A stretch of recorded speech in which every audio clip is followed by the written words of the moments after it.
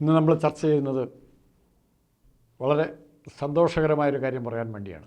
എന്നാൽ പലർക്കും പല രീതിയിലും ബുദ്ധിമുട്ടുണ്ടാക്കുന്നതുമാണ്. എങ്കിൽ പോലും ഇന്ന് പറയാൻ ഉദ്ദേശിക്കുന്ന സംഭവങ്ങളെ അല്ലെങ്കിൽ പോയിന്റുകളെ വിശദീകരിക്കാനായിട്ട് ഒറ്റ വാക്കിൽ പറയാം. ജയിക്കണം ഈ കോൺഗ്രസിൻ്റെ ആ ഈ എന്നുള്ളതിന് ഇന്നത്തെ കോൺഗ്രസ് ഈ കോൺഗ്രസ് ഊന്നൽ കൊടുക്കുകയാണ്.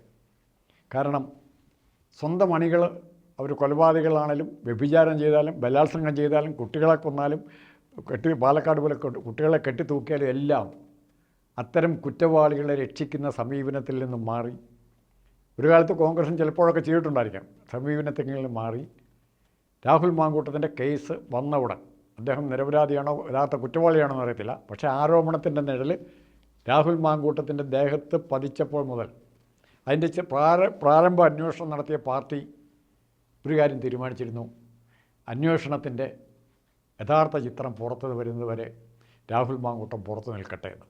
പരാതിയായി കേസായി കഴിഞ്ഞപ്പോൾ രാഹുൽ മാങ്കൂട്ടത്തിനെ നിയമസഭാ കക്ഷിയിൽ നിന്ന് മാറ്റി യൂത്ത് കോൺഗ്രസിൻ്റെ അധ്യക്ഷ സ്ഥാനത്ത് നിന്ന് മാറ്റി. ഈ തീരുമാനമെടുക്കുമ്പോൾ അത്ര എളുപ്പത്തിൽ കോൺഗ്രസ് എടുക്കാൻ പറ്റിയൊരു തീരുമാനമായിരുന്നില്ല അത്. കാരണം ആദ്യത്തേതിൻ്റെ തകരാറ് ഈ വിഷയവുമായി ബന്ധപ്പെട്ട വിശദ വിവരങ്ങൾ ഒരു പൊതു ചർച്ചയിലേക്ക്, കോൺഗ്രസിൻ്റെ തന്നെ സമിതിയിലേക്ക് ഒരു പൊതു ചർച്ചയിലേക്ക് കൊണ്ടുവരുന്നത് അപകടം ചെയ്യുമെന്ന് ചില നേതാക്കൾക്കെങ്കിലും തോന്നി. അത്തരം ഒരു പൊതു ചർച്ച ഒഴിവാക്കാൻ വേണ്ടിയാണ് ഇമ്മീഡിയറ്റായിട്ട് നിലപാടെടുത്തത്. രാഹുൽ മാങ്കൂട്ടത്തിന് പോലും തിരിച്ചു വരവിനുള്ള മാർഗം, അല്ലെങ്കിൽ CPM-നെ കടന്നാക്രമിക്കാനുള്ള മാർഗം കിട്ടിയത് ആ സതീശൻ്റെ അന്നത്തെ നിലപാട് കൊണ്ടാണ്. സതീശനെ കുറ്റപ്പെടുത്തി ധാരാളം ഫേസ്ബുക്ക് പോസ്റ്റ് ഉണ്ടായിരുന്നു, ധാരാളം വാട്സാപ്പ് മെസ്സേജുകളും യൂട്യൂബ് ചാനലുകളൊക്കെ സതീശനെ കേക്കച്ച എന്ന് വരെ വിളിച്ച് പരിഹസിക്കാനാണ് തയ്യാറായത്. പക്ഷേ ഇത് കേക്കച്ചനല്ലായിരുന്നു, കേക്കും ലഡുവും തേനും എല്ലാം കൂടെ ചേർന്ന അച്ഛനായിരുന്നു എന്ന് ഇപ്പോൾ കേരളത്തിലെ ഭൂരിഭാഗം ജനങ്ങൾക്ക് മനസ്സിലാവുന്നു. ഇതെന്താ സംഭവിച്ചിരിക്കുന്നത് അറിയില്ല, ആർക്കും അറിയത്തില്ല. അതറിയാവുന്ന രാഹുൽ മാങ്കൂട്ടത്തിനും ഇരകളെ എന്ന് അവകാശപ്പെട്ടുകൊണ്ട് രംഗത്ത് വരുന്നവർക്കുമാണ്. പിന്നെ പിണറായി വിജയൻ്റെ പോലീസ് എന്നെ അറിഞ്ഞാലും രാഹുൽ കുറ്റക്കാരൻ, ഏത് പറഞ്ഞാലും. രാഹുലിനെ നാളെ മാർപ്പാപ്പയായിട്ട് സെലക്ട് ചെയ്യണമെന്നാണ് ഒരു ഇര പറഞ്ഞതെങ്കിൽ പിണറായി വിജയൻ ആ സ്ത്രീക്കെതിരായിട്ട് കേസെടുക്കും ഇത് പറഞ്ഞതിൻ്റെ പേരിൽ. അപ്പോൾ ഇവർക്ക് പിണറായി വിജയനെ ഇങ്ങനെ വൈക്കോൽ തിരുമ്പുകൾ നോക്കി നടക്കുകയാണ്, കച്ചിത്തിരുമ്പുകൾ നോക്കി നടക്കുകയാണ് കൈകാലിട്ട് അടിച്ച് രക്ഷപ്പെടാൻ. ശബരിമല പ്രവാസി സംഗമമൊക്കെ നടത്തി, ശബരിമല വലിയ സമ്മേളനം നടത്തി, ഹൈന്ദവ സംവിധാനത്തെ തങ്ങൾക്ക് അനുകൂലമായിട്ട് കൊണ്ടുവരാൻ പറ്റുമെന്ന് തോന്നി. SNDPയും NSS പോലുള്ള ഹൈന്ദവ സംഘടനകളെ പങ്കെടുപ്പിച്ചു. അപ്പോഴാണ് ഇത് ശബരിമല ഇത് വരുന്നത്, ഉണ്ണികൃഷ്ണൻ പോറ്റിയിലൂടെ പുറത്തു വരുന്നത്. അവിടെ പിണറായി വിജയൻ അടിതെറ്റുന്നു. പിന്നെ പിടിപള്ളിയാണ് ഏത്? രാഹുൽ മാങ്കൂട്ടത്തിൻ്റെ പീഡന വിഷയങ്ങൾ. ആദ്യഘട്ടത്തിൽ പല മാർഗങ്ങൾ നോക്കിയെങ്കിലും രാഹുൽ മാങ്കൂട്ടത്തിൻ്റെ രോമത്തിൽ തൊടാൻ പിണറായിക്കോ അദ്ദേഹത്തിൻ്റെ പോലീസിനോ കഴിഞ്ഞില്ല. ആ നാണക്കേട് ഒരു വശത്ത്. അതുകൊണ്ടാണ് ഉടൻ ശബരിമലയിൽ നിന്ന് സ്വന്തം പാർട്ടിയിലെ ആൾക്കാരെ അറസ്റ്റ് ചെയ്തുകൊണ്ട് ഞാൻ നീതിമാനാണ് എന്ന് കാണിക്കാൻ വേണ്ടി പത്മകുമാറിനെയും അതുപോലെ വാസുവിനെയും ഒക്കെ അറസ്റ്റ് ചെയ്യാൻ ആര് തയ്യാറായത്? പിണറായി ഗവൺമെൻറ് തയ്യാറായത്. ഞാൻ നീതിമാനാണ്, എൻ്റെ പാർട്ടിയിൽപ്പെട്ടവർ, പഴയ MLA, പഴയ ദേവസ്വം ബോർഡ് ഞാൻ അറസ്റ്റ് ചെയ്തിരിക്കുന്നു. പക്ഷെ അവിടം കൊണ്ട് അന്വേഷണം നിർത്തി 400 ഗ്രാം സ്വർണം പുറത്തുപോയി, അത് ഞങ്ങൾ തിരിച്ച് വീണ്ടെടുത്തു എന്ന് പറഞ്ഞ് ജനങ്ങളെ സമീപിക്കാൻ കാത്തിരുന്നപ്പോഴാണ് രമേശ് ചെന്നിത്തല ഒരു ബോംബ് പൊട്ടിക്കുന്നത്. ഇത് കേവലം 400 ഗ്രാം സ്വർണത്തിൻ്റെ പ്രശ്നമല്ല, 500 കോടിയുടെ ഇടപാടുകളെങ്കിലും മിനിമം ഇതിൻ്റെ അകത്ത് നടന്നിട്ടുണ്ട്, ഇനി ആൾക്കാർ ഉൾപ്പെട്ടിട്ടുണ്ട്. രമേശിന് ഇന്നടത്തുനിന്നാണ് വിവരം കിട്ടിയത് വളരെ പ്രധാനപ്പെട്ടതാണ്. രമേശ് ചെന്നിത്തല ഈ വിഷയം പറയുമ്പോൾ D. വാസു എന്ന് പറഞ്ഞ ഒരാളുടെ പേര് പറയുന്നു.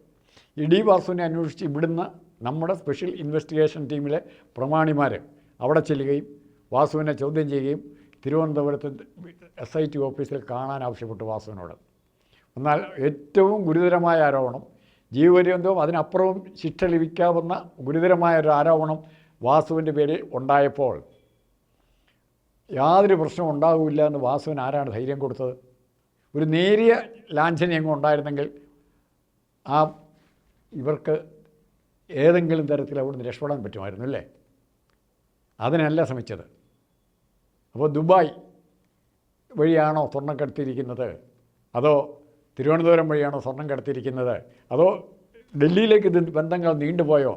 ഇത്തരം വർത്തമാനങ്ങളുമായിട്ടാണ് പിന്നെ സ്വർണ്ണക്കടത്തിൻ്റെ പ്രശ്നം വരുന്നത്. മറിച്ച് രാഹുൽ മാങ്കൂട്ടത്തിൻ്റെ കാര്യത്തിൽ വരുന്നത്, ഇപ്പോൾ പുറത്തു വരുന്ന വാർത്തകൾ ശരിയാണെങ്കിൽ പല തരത്തിലുള്ള മൊഴികളല്ല വരുന്നത്. ഒരേ തരത്തിൽ ഒരേ അച്ചിൽ വാർത്ത മൊഴികളാണ് വരുന്നത്. 3 നിരകൾ 3 സ്ഥലത്ത് 3 കാര്യങ്ങൾ പറയുമ്പോൾ ഒരേ കാര്യം ഒരേ സ്വഭാവത്തിലാണ് ഈ മൊഴികളെല്ലാം വരുന്നത്. ഈ മൊഴികൾ വന്നതുകൊണ്ടാണ് ഉറപ്പായിട്ടും ഇവിടെ ചർച്ച ചെയ്യപ്പെടേണ്ട പ്രശ്നം. ഈ മൊഴികളിലെ വൈരുദ്ധ്യം ചർച്ച ചെയ്യാൻ നമ്മുടെ വിഷയമല്ല. പക്ഷേ നമ്മൾ മുഖ്യമായി ഈ വിഷയത്തെ കാണുന്നത് അവർ പ്രതിനിധീകരിക്കുന്ന സംഘടന എന്ത് നിലപാടെടുത്തു, കോൺഗ്രസ് എന്ത് നിലപാടെടുത്തു ഈ പ്രശ്നത്തിൽ. അങ്ങനെ എടുക്കാൻ പറ്റിയത് കോൺഗ്രസ്സിന് മാത്രമേ ഉള്ളൂ. CPMൻ്റെ കാര്യത്തിൽ കമ്മ്യൂണിസ്റ്റ് പാർട്ടിയായിട്ട് ബന്ധപ്പെട്ട എത്ര പേരുടെ കേസുകൾ മുഖ്യമന്ത്രിയുടെ ഓഫീസിൽ മുഖ്യമന്ത്രിക്ക് സംരക്ഷണം കവചം ഒരുക്കിക്കൊണ്ടിരിക്കുന്ന ശശിയുടെ പേരിലുണ്ടായിട്ടില്ലേ, ഗോപി കോട്ടമുടക്കലിൻ്റെ പേരിലുണ്ടായിട്ടില്ലേ, എത്ര പേരുടെ പേരിൽ, മന്ത്രി ശശീന്ദ്രൻ്റെ പേരിലുണ്ടായില്ലേ?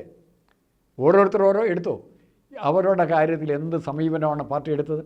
എന്തിന് 100 പ്രാവശ്യം തെളിയിക്കപ്പെട്ട വീണ്ടും വീണ്ടും വിവാഹമോചനം നടത്തുന്ന ഹോബിയായിട്ട് എടുത്തിരിക്കുന്ന മുകേഷ് ഇപ്പോൾ എവിടെയാണ്? മുകേഷ് എന്നിവരുടെ വിലപ്പെട്ട താരമല്ലേ? ചിലപ്പോൾ ഈ സമ്മർദ്ദത്തിൻ്റെ ഉണ്ടായിട്ട് കൊല്ലത്ത് മത്സരിക്കാത്ത മുകേഷിനെ മാറ്റി നിർത്തിയേക്കാം. എന്നാൽ പോലും നടപടിയെടുക്കാൻ പറ്റുമോ? ഗണേഷ് കുമാർ എവിടെയായിരിക്കുന്നത്? സരിത തൻ്റെ കുട്ടിയുടെ അച്ഛൻ ഇതാന്ന് ഗണേഷ് കുമാറാന്ന് പറഞ്ഞിട്ടും എന്തേ നടപടി ഉണ്ടാകാത്തത്? അപ്പോൾ പിണറായി വിജയനെ ആരൊക്കെയോ ഇതിനേക്കാൾ വലിയ കേസുകൾ പറഞ്ഞ് ബ്ലാക്ക് മെയിൽ ചെയ്യുന്നു. തൻ്റെ പേരിലുള്ള ഈ കേസ് നാളെ ഞങ്ങൾ കുത്തിപ്പോക്കും എന്ന് പറയുന്നു. അമിത്ഷായുടെ വരവിനെ നിസ്സാരമായിട്ട് കാണണ്ട. തന്ത്രിയുടെ അറസ്റ്റിനെ അമിത്ഷായുടെ വരവും പരസ്പര ബന്ധമുള്ള എന്തെങ്കിലും കാര്യങ്ങൾ അതിൻ്റെ അകത്തുണ്ടെങ്കിൽ ഉടനെ ഓടി അമിത്ഷാ ഇവിടെ വന്നു. അത്യാവശ്യമാണ്. എന്തിനാണ് വന്നത്? അപ്പോൾ ഇത്തരം വരവുകൾ ഇതിനെ എങ്ങനെ സ്വാധീനിക്കും എന്നുള്ളതാണ് ഞാൻ ഇപ്പോൾ ചിന്തിക്കേണ്ട ഏറ്റവും പ്രധാനപ്പെട്ട പ്രശ്നം. നമ്മുടെ പൊതുബോധത്തിൽ അല്ലെങ്കിൽ രാഷ്ട്രീയ സദാചാര ബോധത്തെക്കുറിച്ച് ഒരു പുനർചിന്തനം നടത്തണ്ടേ? ആരെയൊക്കെ ശിക്ഷിക്കാം, ആർക്കൊക്കെ ആരോപണം പറയാം? ഇത് 10 വർഷം മുമ്പ് നടന്ന സംഭവമാണെങ്കിലും പറയാം ആരോപണം, 5 വർഷം മുമ്പ് നടന്നാണെങ്കിൽ പറയാം, ഇന്നലെ നടന്നാണെങ്കിൽ പറയാം. ഇത് പലതരത്തിലുള്ള ആരോപണങ്ങൾ ഇങ്ങനെ വീണ്ടും വീണ്ടും വരികയാണ്.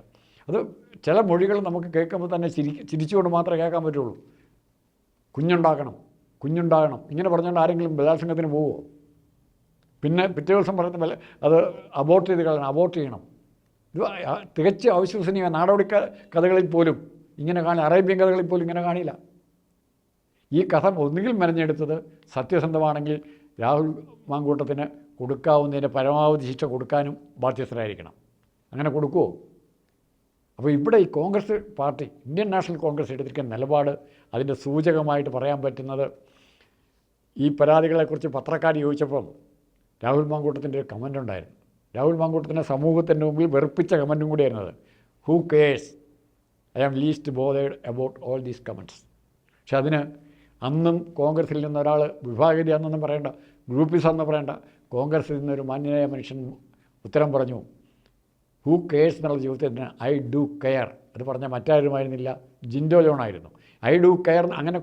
അങ്ങനെ ഈ കാര്യങ്ങൾ ശ്രദ്ധിക്കുന്നവർ കോൺഗ്രസിൽ തന്നെ അന്ന് തന്നെ ഉണ്ടായിരുന്നു. അവർ കോൺഗ്രസിൻ്റെ വനിതാ നേതാക്കന്മാരെ ഏറെക്കുറെ എല്ലാവരും ഒറ്റക്കെട്ടായിട്ട് നിലപാടെടുത്തു. രാഹുലിനുള്ള വിരോധം കൊണ്ടല്ല, തങ്ങളുടെ മഹിളാ കോൺഗ്രസിൻ്റെ പ്രസിഡന്റ് സ്ഥാനം നാളെ രാഹുൽ കൊണ്ടുപോകുമെന്ന് വിചാരിച്ചില്ല. പക്ഷെ മറിച്ച് രാഹുലിനെ എങ്ങനെ എന്ത് സംഭവിച്ചാലും രാഹുൽ പ്രതിനിധാനം ചെയ്യുന്ന പ്രസ്ഥാനത്തെ രക്ഷപ്പെടുത്തിയെടുക്കാൻ ഇവർക്ക് സാധിച്ചതിൽ സതീശനെയും കൂട്ടരെയും നമ്മളെത്ര അഭിനന്ദിച്ചാലും മതിയാകില്ല. അല്ലെങ്കിൽ ആ ഒറ്റ കേസ് കൊണ്ട് പിണറായി വിജയൻ ആവനാഴിയിൽ സൂക്ഷിച്ചിരുന്ന, തെരഞ്ഞെടുപ്പ് അടുക്കുമ്പോൾ മാത്രം ഉപയോഗിക്കാൻ ഇരുന്ന ആ അസ്ത്രം എപ്പോഴാണ് ഉപയോഗിക്കേണ്ടി വന്ന്? ശബരിമല കൊള്ളയുടെ പ്രശ്നം ഉണ്ടായപ്പോൾ അത് ഉപയോഗിക്കേണ്ടി വന്നു. നമുക്ക് മറക്കാൻ പറ്റുമോ? PP ദിവ്യയെ മറക്കാൻ പറ്റുമോ? ഒരു കൊലപാതകത്തിന് കാരണമായതല്ലേ? കൊലപാതകമാണെങ്കിലും ആത്മഹത്യയാണെങ്കിലും അതിന് കാരണമായി, ഒരു മരണത്തിന് കാരണമായി. അങ്ങനെ എത്രയോ പേരുടെ പേര് ആണിൻ്റെയും പെണ്ണിൻ്റെയും CPM പറയാനുണ്ട്. നേരിട്ട് കൊന്നത്, അല്ലാതെ കൊന്നത്, കൊല്ലാൻ കാരണമുണ്ടാക്കിയത്, ഇതെല്ലാം ഉണ്ടായില്ലേ? അതുകൊണ്ട് ഇത്തരം കാര്യങ്ങൾ കോൺഗ്രസിൻ്റെ ഈ നിലപാട്, ഈ കോൺഗ്രസിനല്ലാതെ ആർക്കും നമ്മൾ വോട്ട് ചെയ്യും? ആലോചിച്ച് നോക്ക്. എല്ലാ മുഖങ്ങളും നിങ്ങളുടെ മനസ്സിൽ കൂടെ കടന്നു പോവുക. രാഹുൽ മാങ്കൂട്ടത്തിൻ്റെ മുഖം കടന്നു പോകണം, ഷാഫി പറമ്പലിൻ്റെ മുഖം കടന്നു പോകണം, അടൂർ പ്രകാശിൻ്റെ മുഖം കടന്നു പോകണം, സുധാകരൻ്റെ മുഖം കടന്നു പോകണം, രാഹുലിനെ അനുകൂലിച്ചവരെ എതിർത്തവരുടെ എല്ലാ മുഖം നിങ്ങളുടെ മനസ്സിൽ കൂടെ കടന്നു പോവുക. ഇപ്പുറത്ത് പോകുമ്പോൾ മറക്കരുത്, ആദ്യത്തെ മുഖം പിണറായിയുടെയാണ്, രണ്ടാമത്തെ മുഖം P ശശിയുടെയാണ്, മൂന്നാമത്തെ മുഖം PP ദിവ്യയുടെയാണ്. അങ്ങനെ എണ്ണിയാലൊടുങ്ങാത്ത മുഖങ്ങളുണ്ട്. മുകേഷിൻ്റെ മുഖം ആ കൂട്ടത്തിലുണ്ട്, ഗണേഷ് കുമാറിൻ്റെ മുഖം ആ കൂട്ടത്തിലുണ്ട്, ശശീന്ദ്രൻ്റെ മുഖം ആ കൂട്ടത്തിലുണ്ട്. ഈ മുഖങ്ങളെല്ലാം ഓർത്തുകൊണ്ട് പോളിംഗ് ബൂത്തിൽ നാളെ അസംബ്ലി ഇലക്ഷൻ വോട്ട് ചെയ്യാനായിട്ട് ചെല്ലുമ്പോൾ നിങ്ങൾക്ക് ഈ കോൺഗ്രസിനല്ലാതെ ആർക്ക് വോട്ട് ചെയ്യാൻ പറ്റും? ഇത് വിഷയം അവതരിപ്പിക്കുകയായിരുന്നു എൻ്റെ ദൗത്യം. അത് ഞാൻ ചെയ്തിരിക്കുന്നു.